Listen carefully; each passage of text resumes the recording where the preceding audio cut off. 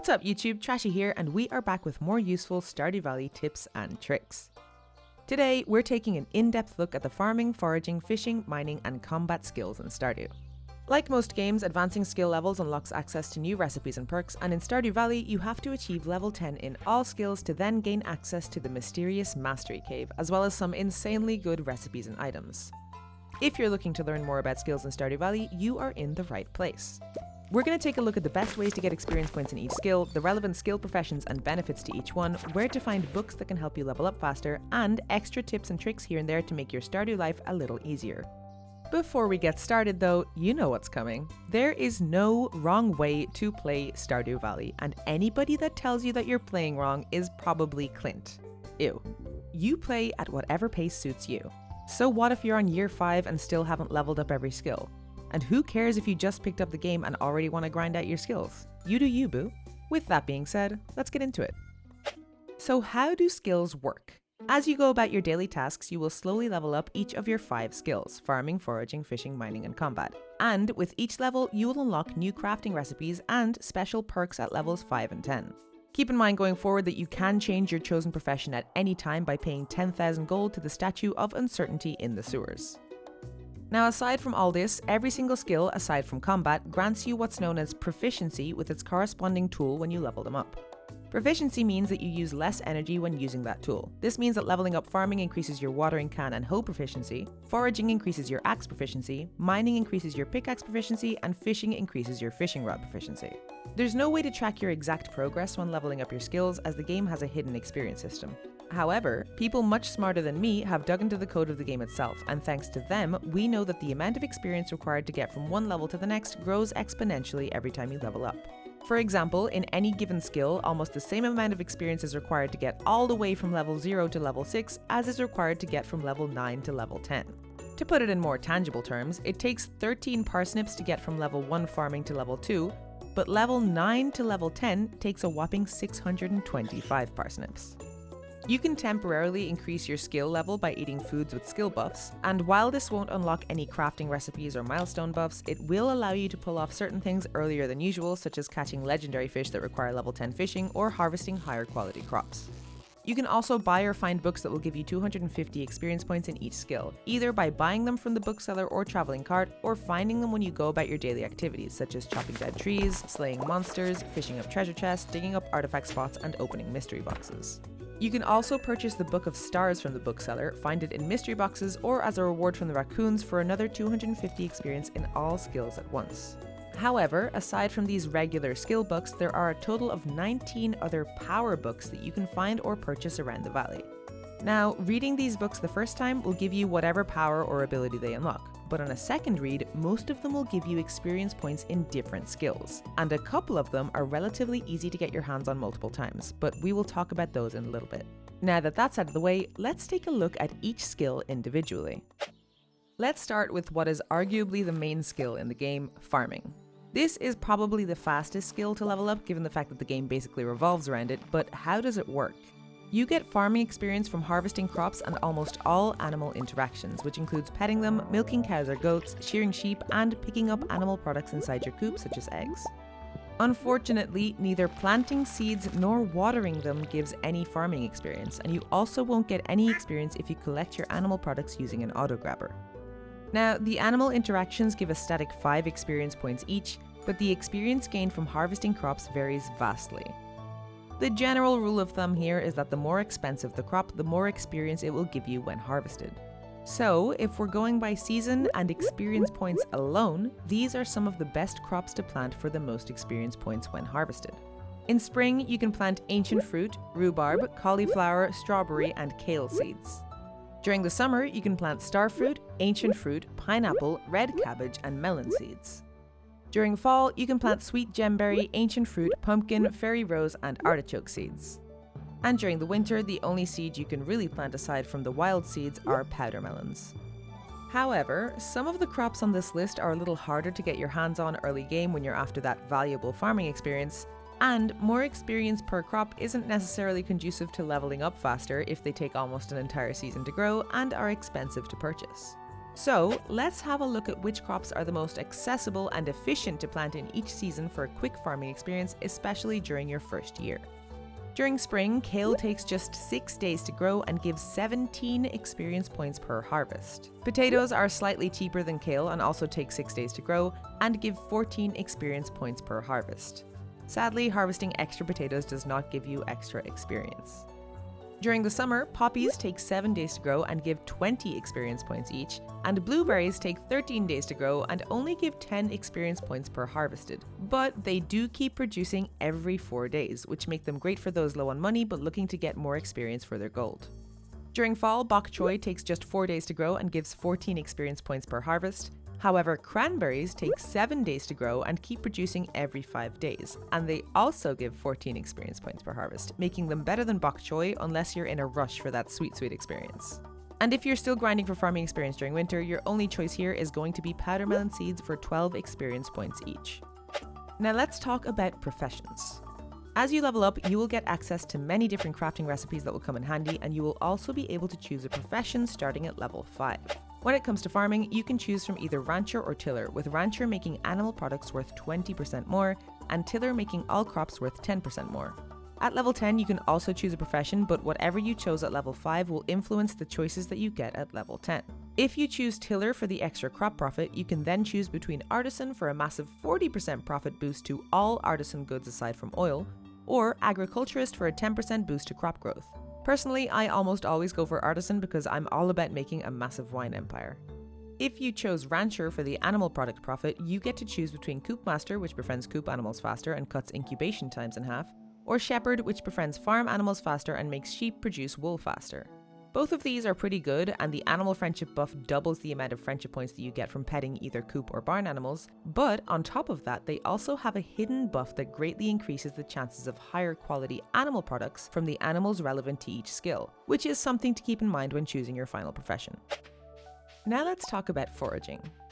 Foraging might seem like one of the slowest skills to level up simply because it's a bit harder to grind for experience in the later levels, but ironically, it also might be the first skill that most players level up on a new playthrough.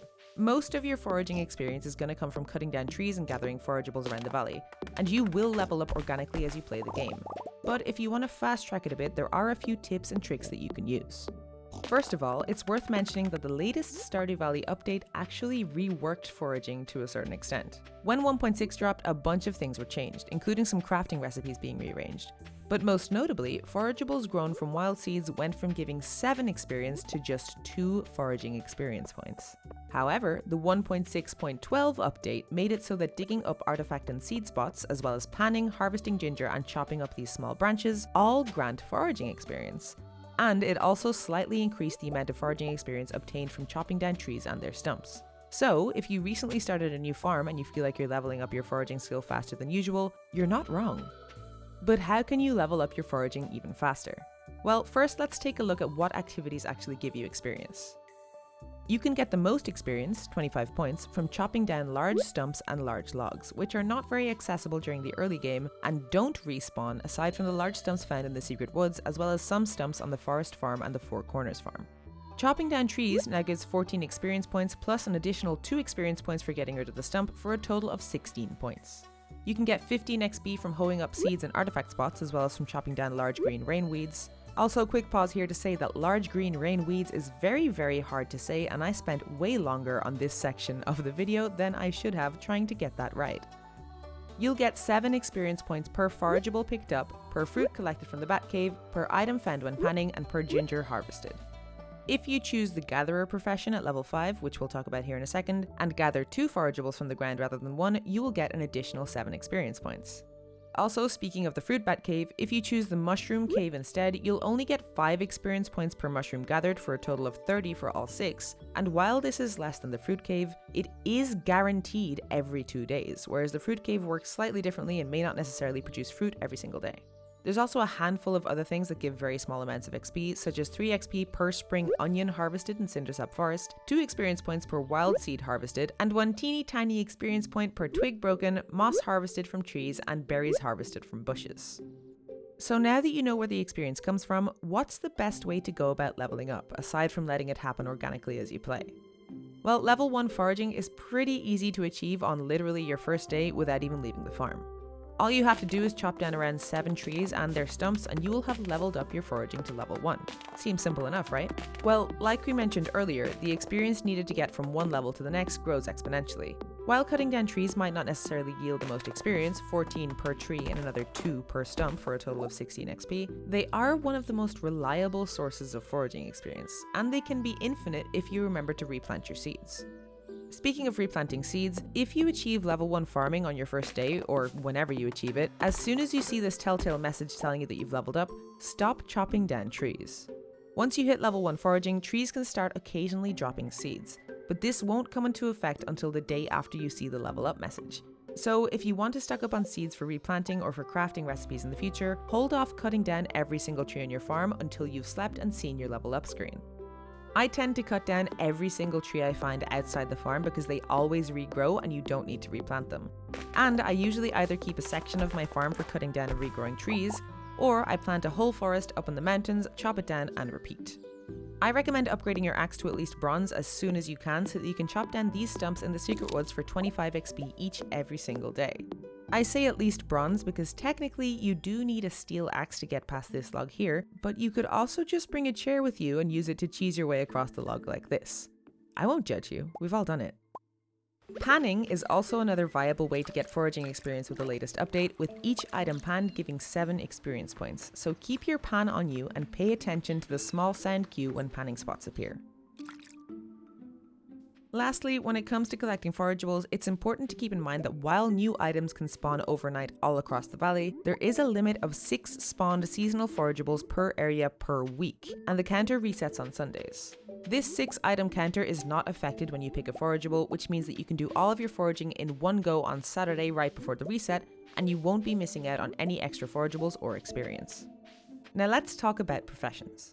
At level 5 foraging, you can choose between Forester for 25% more wood from trees, stumps and logs, or Gatherer for a 20% chance for doubling up on foraged items. Gatherer can be useful for a little extra experience as you get 7 experience points per item foraged, including the extras obtained from Gatherer. At level 10, if you've chosen Forester, you can then choose between Lumberjack, which gives all trees a chance to drop a small amount of hardwood, or Tapper, which makes syrups obtained from tappers worth 25% more. Choosing Gatherer provides the following options. Botanist guarantees foraged items will always be iridium quality, which aside from being useful for extra healing and higher selling prices, makes storage much easier because you will only have 1 stack. Tracker reveals a location of forageable items, which looks a little bit like this. These teeny yellow arrows point towards forageables off screen as well as artifact spots, and these green arrows point towards panning spots. Now let's talk about maybe one of the most debated skills in the game, fishing. It kind of seems like it's something you either love or hate, and if you love it then you probably have no issue getting to level 10 organically, but if you hate it, well, hopefully these tips will come in handy. First, I want to start by saying that it really is not your fault if you hate it. The way fishing is gone about in Stardew Valley, in my humble opinion and as somebody who enjoys it, is kinda backwards. It starts off incredibly difficult, and as you level it up it gets easier, with the fishing bar getting bigger each level. Now this might be how skill works in real life. It starts off difficult and then as you learn more it gets easier to do, but for video game purposes, it's kind of the opposite of what you want. It should be easier to start with, which would be more enjoyable, and then get more challenging as you level up. But the challenging aspect of fishing comes from the type of fish that you're catching, as each of them have their own specific pattern. But enough about that before this turns into a video essay about fishing in video games. Let's talk about the best way to make fishing a little less painful and a little quicker to level up. Firstly, how do you get fishing experience? This might seem like a dumb question, but there are a couple of different sources of fishing experience aside from actually catching fish. You can get 5 experience points per item obtained from crab pots, regardless of whether it's trash or not, and you also get experience points for completing fish pond quests and harvesting items from fish ponds. Now, when it comes to fishing itself, the amount of experience gained varies greatly and has multiple factors at play. There's a lot of math involved, but basically all you need to know is that the higher quality the fish and the harder it is to catch, the more experience that you will get. How hard a fish is to catch is determined by a hidden difficulty stat that we don't really need to know, and the quality of the fish that you catch is based on how far you cast your rod. However, there are a few more factors at play. If you get a perfect catch, which means the fish never leaves the bar, experience is multiplied by 2.4. If you're going for a perfect catch but a treasure chest pops up, don't worry because catching fish alongside a treasure chest multiplies experience gained by 2.2. So what is the best way to go about leveling up your fishing skill? Well, if you're still early days and looking to get your first few levels but struggle with fishing, I highly recommend ditching the bamboo fishing rod that Willy gives you and buying a training rod for 25 gold instead. The training rod can only catch really basic normal quality fish that don't sell for very much, but it sets the fishing bar to the same size as if you were level 5 fishing, and the progress bar on the training rod depletes 33% slower than all of the other rods. This makes it much easier to execute perfect catches, which, like we said, multiplies experience by 2.4, which makes it much faster to level up, especially if you struggle with how small the fishing bar is at the start.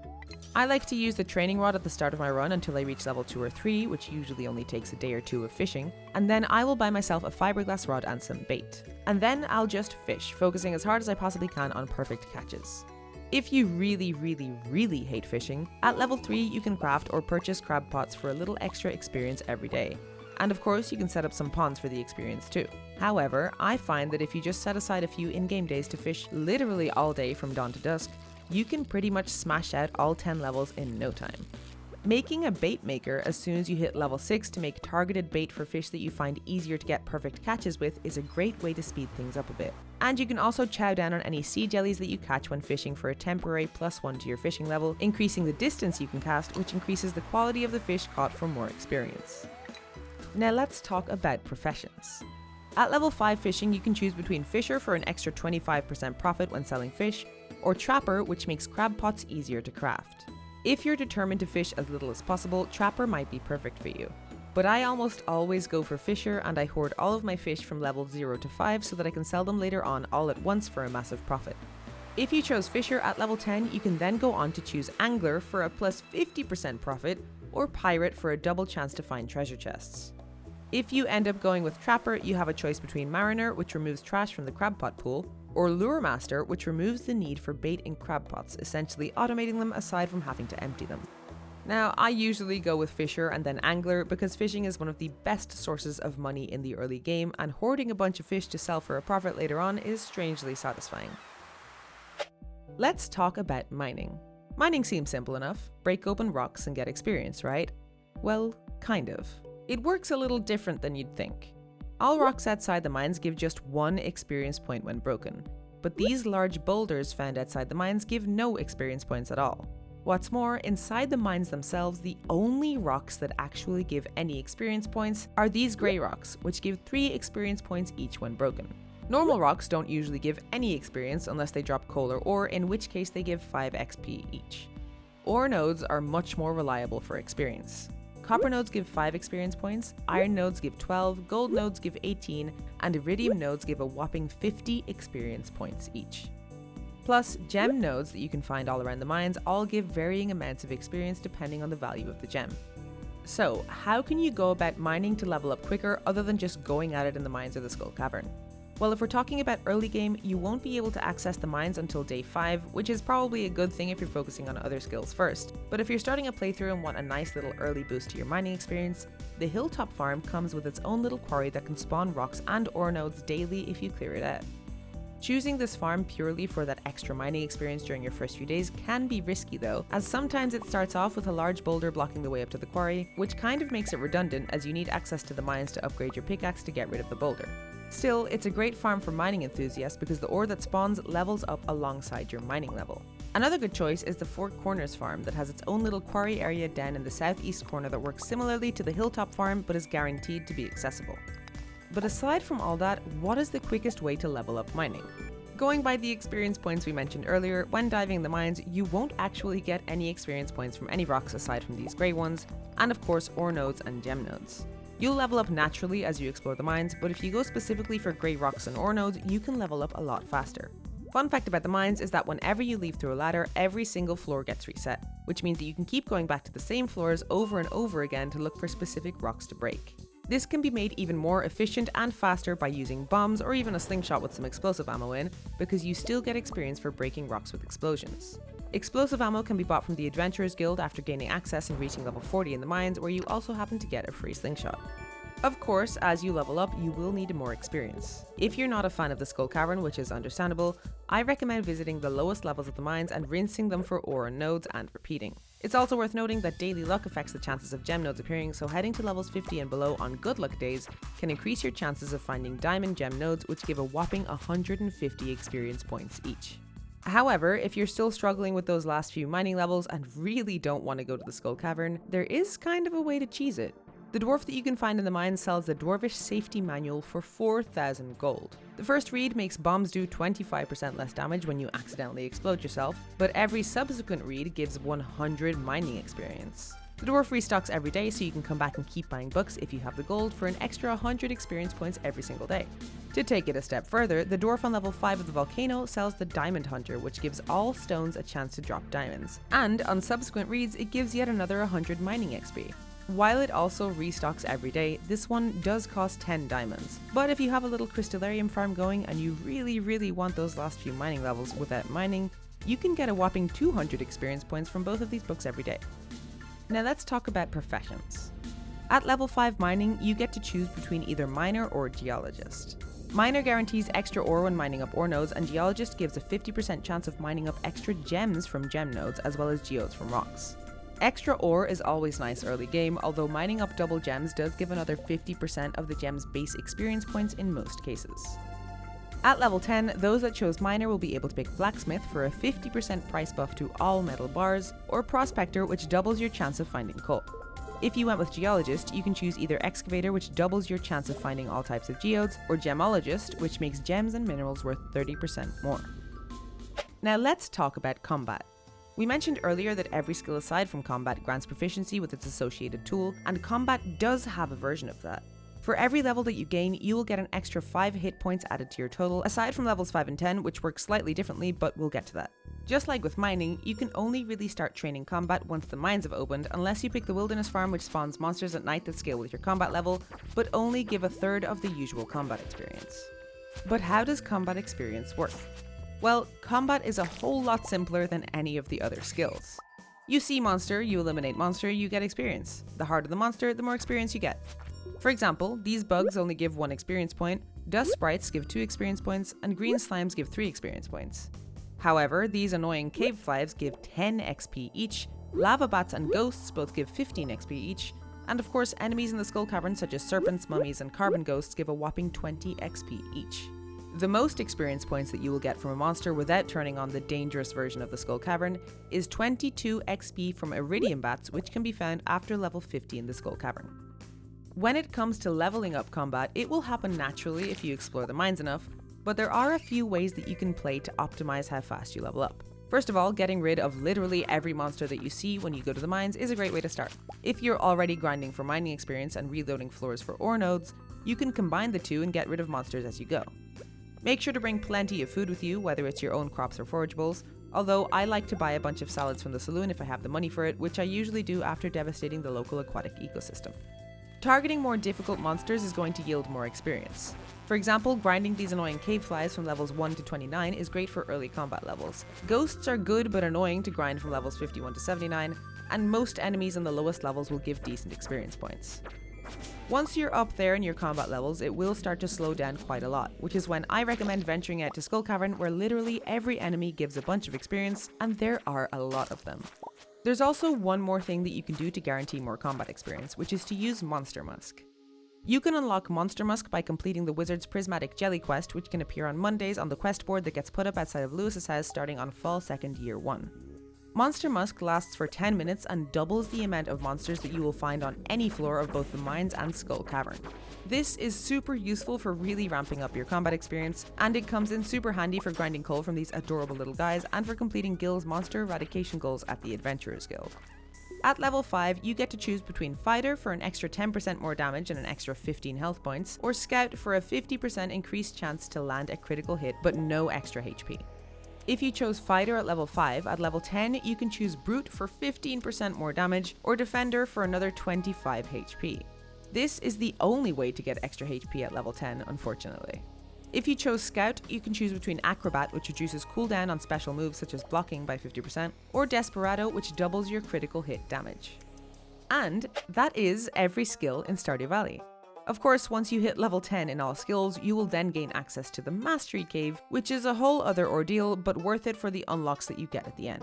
Let me know in the comments if you enjoyed this video, if I missed anything, what you had for dinner last night, or if you'd like to see a mastery guide, because I can definitely make that happen.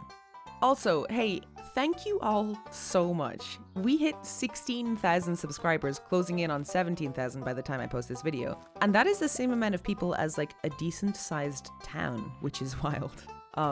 Thank you for being here. And if you are here and you're not subscribed, you could subscribe and come live in our town.